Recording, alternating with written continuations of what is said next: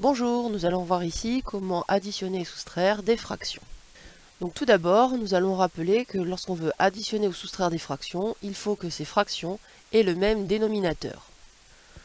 Pour cela, on sait que nous avons la possibilité de multiplier ou diviser le numérateur et le dénominateur d'une fraction par le même nombre, différents de zéros, et lorsque l'on fait ça, on obtient une fraction qui est égale, qui est équivalente à notre fraction de départ. Donc pour obtenir des fractions qui vont être égales mais dont le dénominateur va être différent, eh bien nous allons en général, on va multiplier le numérateur et le dénominateur par le même nombre. L'objectif étant de conserver des nombres entiers. On peut une fois de plus utiliser un petit tableau multiplicatif. Nos deux dénominateurs ici sont 2 et 5. Et donc nous allons les multiplier donc par 1, par 2, par 3, par 4, par 5. Arrivé à 5, on aura forcément un multiple commun aux deux nombres, puisque nous avons 5 qui est le plus grand des deux dénominateurs. Lorsque nous faisons 1 fois 2, on obtient 2, 1 fois 5, ça fait 5. 2 fois 2, 4, 2 fois 5, 10.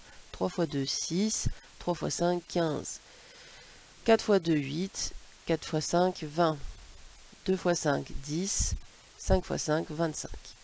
Nous remarquons que nous avons effectivement un multiple commun. On l'obtient en effectuant donc 2 fois 5 qui va nous donner 10 et 5 fois 2 qui va nous donner 10. Nous allons donc écrire notre calcul qui est de 3 demi moins 6 cinquièmes avec des fractions qui vont avoir un dénominateur égal à 10 toutes les deux pour avoir le même dénominateur pour les deux.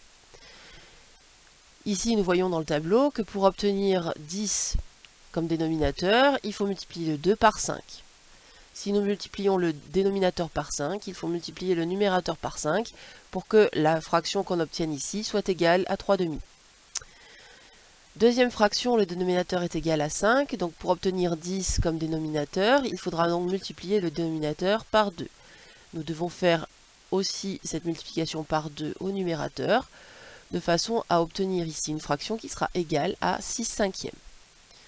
Nous allons avoir à effectuer comme calcul 15 dixièmes moins 12 dixièmes.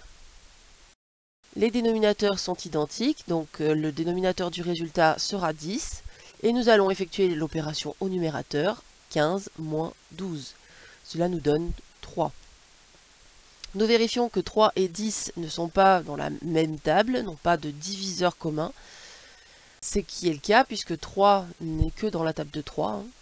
On ne peut le diviser que par 3 et par 1. Et 10 ne se divise pas par 3. On obtient donc comme résultat pour notre expression B, 3 dixièmes.